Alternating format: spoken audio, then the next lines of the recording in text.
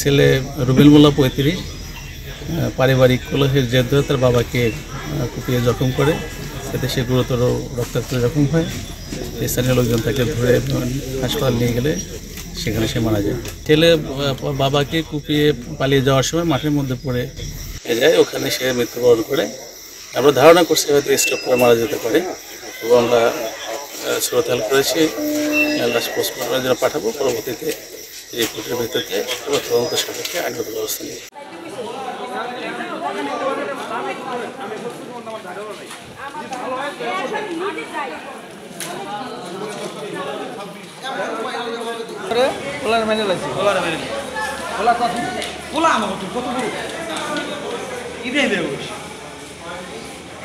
police খবর দিচ্ছে